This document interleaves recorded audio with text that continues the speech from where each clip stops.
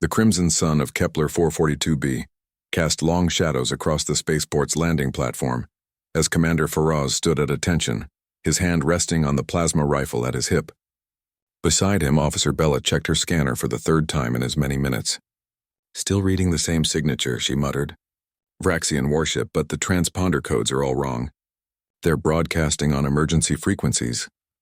Faraz narrowed his eyes at the descending vessel. The Vraxians were humanity's newest allies, but the treaty was fresh, barely 6 months old. Trust was still a commodity in short supply, especially at frontier outposts like New Houston.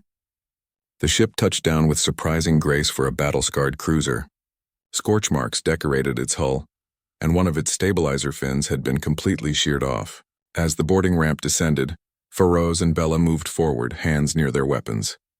What emerged made them both freeze. 12 Vraxian soldiers in full ceremonial armor filed out in perfect formation, their crystalline exoskeletons gleaming, despite the layer of combat dust. Between them, held aloft on an ornate stretcher, lay a human pilot in a torn flight suit. The body was covered partially by what appeared to be a Vraxian honor shroud. Something Faraz knew from intelligence briefings was reserved only for their greatest warriors. "Hold position," Faraz commanded, his weapon now drawn but not aimed. "Identify yourselves and state your business."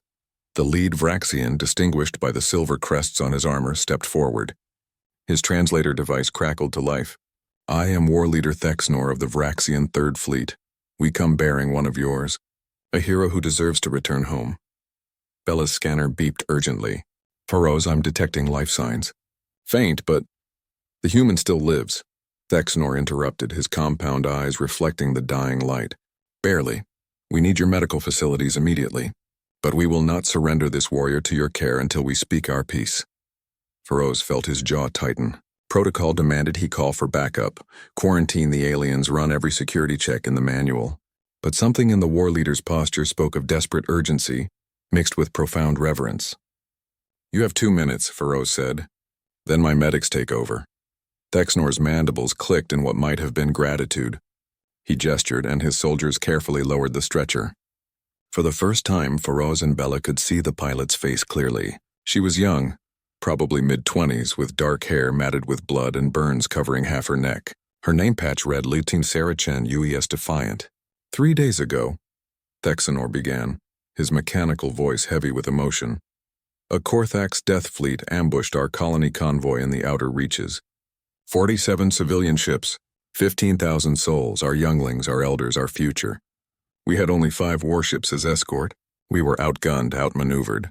It was a slaughter." He paused, and Faraz noticed several of the Vraxian honor guard had their heads bowed. Lieutenant Chen's scout ship happened upon the battle, a single human vessel against impossible odds. Any sane pilot would have jumped away, called for reinforcements. She did call, but she did not run. Bella had pulled up Chen's service record on her datapad. Her eyes widened. "She's a reconnaissance pilot. Her ship has no heavy weapons. It's built for speed and stealth, not combat." "Yes," Thexnor confirmed.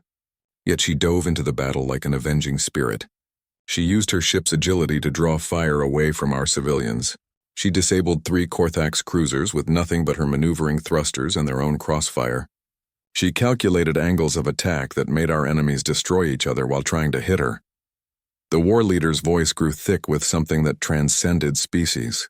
For 17 minutes, one human in a scout ship held off an entire Korthax wolf pack. Long enough for our civilians to reach jump distance. Long enough for reinforcements to arrive. She saved 14,732 lives. Faraz felt a chill run down his spine. "What happened to her ship?" "The Korthax finally landed a hit. Her reactor went critical. She should have died in the explosion." Thexnor approached the stretcher, placing a clawed hand reverently near Chen's shoulder. "She survived long enough to eject. We found her pod drifting in the debris field, life support failing. We brought her here because your medical technology surpasses ours for human physiology, but we would not let her arrive as mere cargo." He straightened, his voice ringing across the platform. "By the ancient laws of the Vraxian hegemony, Lieutenant Sarah Chen is hereby declared Voidblade, a warrior who has earned the eternal respect of our people.